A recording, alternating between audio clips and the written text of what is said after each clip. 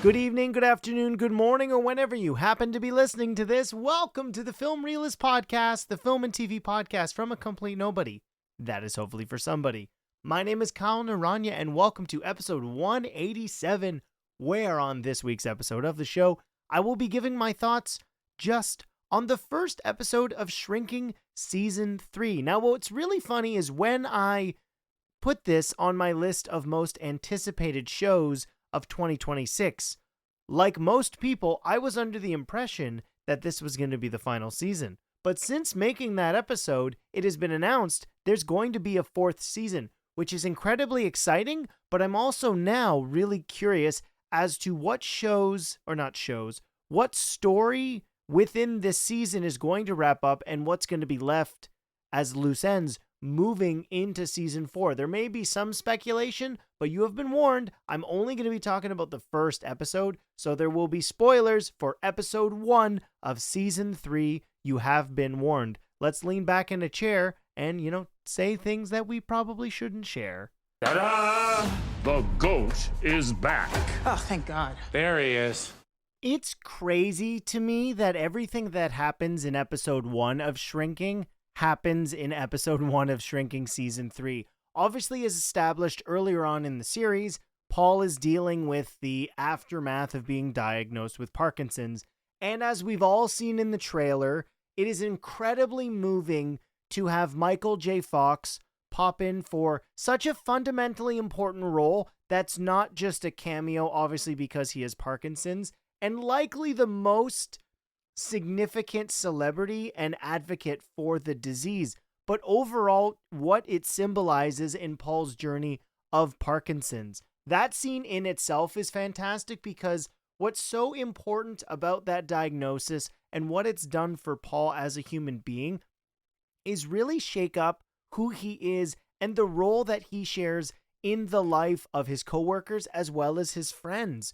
When we met Paul, he was the wise elder, Jimmy's boss, that was helping him get through this midlife crisis. And as Jimmy has attempted to resume normalcy and get his life back together, we see that because of this diagnosis, they're having to lean on each other more than ever. And Paul's willingness to rely on others and be willing to get into a relationship, which is obviously such a fundamental part of season 2 and where we go in season 3, which is to have a wedding in the first episode of the third season was not something I was suspecting whatsoever, but it shows exactly where Paul has come in his growth and his realization of what it means to be happy in the life and in the time he has left. Why I love Shrinking so much is it scratches the same emotional itches that I had from Ted Lasso, which ironically is also going to be coming back, but Shrinking explores it in such a different avenue, where the mental health aspects that popped up near season 2 and season 3, which were a shift for a lot of people in the story that they were telling, that's been at the forefront of what Shrinking is. Bill Lawrence, Jason Segel, and Brett Goldstein really have a roadmap, pun intended, obviously, for what was the cataclysmic event in Jimmy's life with the death of his wife. But him and Alice, in the way that they have relied on each other to survive such a horrific tragedy, is the ignition for what the series is. And when we jumped in the beginning, we saw Jimmy in the worst possible state. And throughout the 22 episodes, we've really gotten to see the back and forth in reestablishing a healthy parent dynamic and child, but also coming to grips with the idea that you've missed out on so much that your child has moved on into the further aspects of being an older teenager, approaching adulthood, going into university. And so much of this show paints over the broad strokes in such an effective manner because we are now at a tipping point for so many of the characters. Specifically with Paul, and obviously I love Harrison Ford, it is a crime that he's not won an Emmy yet for this role. It's something that I think about a lot when other actors were sort of coming up and they were known as comedic actors, and then they were portrayed as action heroes with some comedy chops in there as well, that they could take over for Harrison Ford. And quite frankly, I'm sorry, I think that criminally underrates what a talented actor Harrison is. There's something to be said of the subtlety of his performances while also being willing to dive into deep and heavy emotional scenes while being equally just as funny. And this season is so compelling already because we've seen how much progression the Parkinson's has had in Paul's life. The scene with Michael J. Fox that I already addressed earlier, really addressing that at the forefront to fight this thing and remain who you are, and laying the groundwork for what we see at the end of the episode. But real life is more important than just the one thing that Paul's dealing with. We really get to see where he is now as opposed to where he was at the beginning, where he was so isolated, did not want to be involved with these people personally at all. And Jimmy's suggestion to get married, because with a disease like Parkinson's, you've got to be aware of how quickly things can escalate and eventually need power of attorney and decisions to be made with your will and all of those things and the complications of getting older. And the suggestion of the simplicity of that really comes out of a moment of just being helpful, but the realization that no, this probably is the easiest way. And Paul's acceptance of Julie in his life, somebody he's loved, not suspecting that that could happen, gives him insight into where he is now, which gives him the chance to try to connect with Jimmy. We've seen so much emotional weight lifted off of Jimmy and showing that he's shared his duty as a father, but also emotionally having people carry the baggage that of course he would have after losing his wife.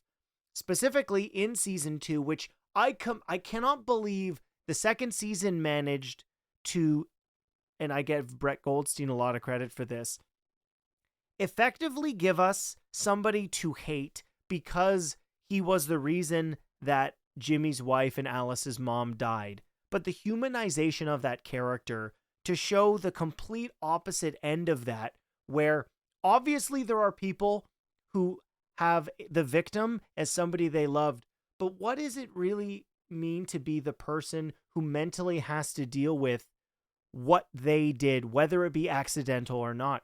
And Brett Goldstein's character's roles in their life and really showing us the mental toll that that has put on him and really testing what audiences would be willing to stomach, given the fact that at the end of the second season, this is the kind of show that could have resulted in Lewis jumping into the train and taking his own life because he could not find a way out. And this show's presentation of mental illness, as well as the toll that life has on you, has always managed to try to bring the light even in the darkest of times. And that's something that a lot of people, even nowadays, struggle with. I'm a diehard hockey fan, and it's come up a lot recently with players going on leaves from the team and not necessarily saying why, and then ultimately coming forward and saying they had things they were dealing with, whether that be depression or anxiety. I'm somebody who struggles a lot with anxiety, and it's certainly frustrating when it can be debilitating from preventing me from something that I want to achieve, get done, or finish a task. There's a multitude of reasons why those stressors can come on and can sort of be uncontrollable at times. And shrinking has provided communication skills for even myself, but putting a spotlight on what a vast spectrum mental health really is and showing that it's not quick and easy fixes to these things, that these are long life goals of taking your own baggage or tackling the own internal or external struggles you might be having. We get that with the Parkinson's coming to the forefront at the very end of what should be such an electric and elated moment for Paul in marrying Julie, the celebration, the joy that is all around everybody in that season, where people have found love. You're able to say, I love you, without using a silly voice, which I quite enjoy from Damon Wayans Jr., but then also Brian and I forget the name of his husband, and that's going to bother me. I can't find it here quickly. Regardless of that, the acceptance of what their family and extended family is going to be moving forward with their child on the way. And of course, in classic Shrinking fashion, they're going to give you the spoonful of sugar to make the medicine go down. And what is that medicine? It's Buckley's, and it tastes awful, and it works. Paul's starting to have delusional visions. And what is that going to mean for his character in terms of his personal relationships, seeing things, reacting to things that aren't present, but also his professional abilities? We see that he has made concessions to to make him still capable at his job, whether that be a voice recorder. And the portrayal of the Parkinsons, to me, is a testament to everybody involved in this series, because Michael J. Fox is a willing cameo and participant in this show, and it's clear that the portrayal of the Parkinsons has been done completely respectfully. I think in a different era of television, it would have been a comical, almost farcical portrayal of this disease, but it is played with such humanity by Harrison Ford, somebody who is, and you might see this in a short that comes out this week. I think I believe his last name is Rhodes. I should probably look that up really quickly. I believe it's Paul Rhodes. Yes. Is quickly becoming one of Harrison Ford's best roles in the history of his career. Obviously, there's Indiana Jones and Blade Runner and Han Solo. But what's been such a bright revelation for this series, we know Jason Segel can be hilarious and emotional. The gambit that Marshall Erickson ran on through How I Met Your Mother was something unto itself, as well as Brett Goldstein. But Shrinking, similar Ted Lasso, has given the opportunity to actors you may not necessarily be familiar with to have a big moment, their big break in their career. The irony of talking about this after talking about Wonder Man is quite hilarious, because obviously Simon Williams got his big break with the fictional Wonder Man reboot film. But Shrinking, just like Ted Lasso, is a show where the emotional depth of exploration is just as dense as the comedic relationships that are presented to the series. You are given so many characters going through so many different life experiences. And one of the main factors that I'm very curious to seeing how we explore this in season 3, specifically with Alice, really feeling tied to the relationship she's built, particularly after the death of her mom, and having that ground her where she is, and the comfortability and being afraid of going on to the next step. And that is such a real world thing. Comfort and not wanting to explore the unknown because of the safety blanket you've developed for yourself is such a realistic feeling, particularly going from young adulthood into post-secondary, regardless of where that might be, in a different city, in a different country, a different state, a different province. It is such a realistic tension to have. And this season being the third, and I mean, I've said this earlier, we already know we are going to be getting a fourth season, but this is a real tipping point for where the characters are going to be in their lives. Obviously, we know how Alice is dealing with it ultimately at the end of the season, getting pushed by Sean to make a decision that is best for her future, going to Wesleyan. One of my favorite Easter eggs, if you are a longtime How I Met Your Mother fan, you know that Marshall Erickson and Ted Mosby met at Wesleyan, which I absolutely adore. That's a little Easter egg in there for the the fans of the show that ran for 9 years.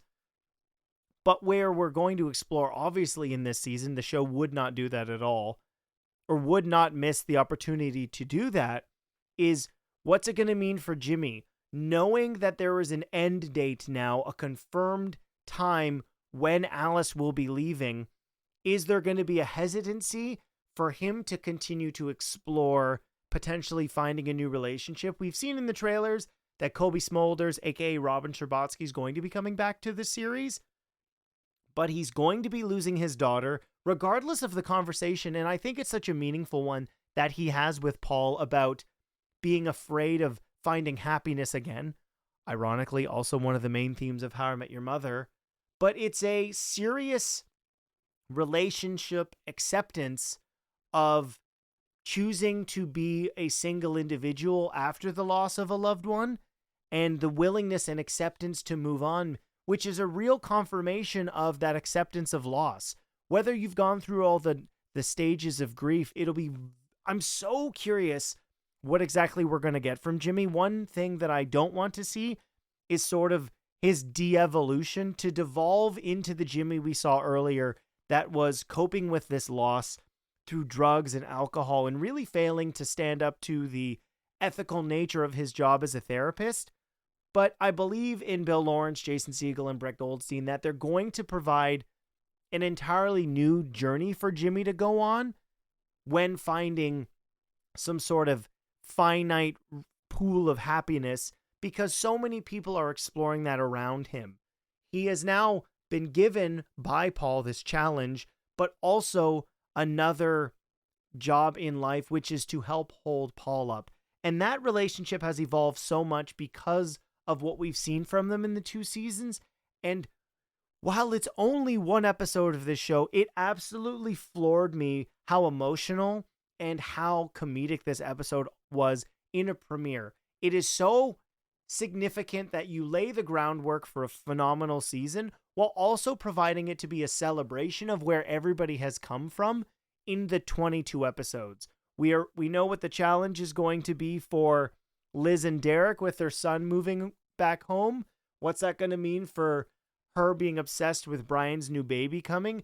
Is there going to be some sort of pull back and forth with your own biological kid who maybe has failed to grow up the way that you wanted him to, as well as the new baby that's coming into your life based on a family that's technically not yours and you're obviously entrenching yourself in because you don't really have something else pushing you to be positively effective in the world. I love Shrinking. I've obviously gushed about this episode for the last 15 minutes. If you haven't watched it, if you've only watched Ted Lasso on Apple TV, I think you're really missing out, because this series manages to be just as funny as it is emotional, and it tells meaningful stories about characters I really care about. So I'm very excited to see what we get for the remaining, I believe there's 10 episodes. So this season's going to run all the way through to April, and a weekly show like this that really hits you in the heart and makes you kind of tired from laughing is a big win in my eyes. So I loved this first episode.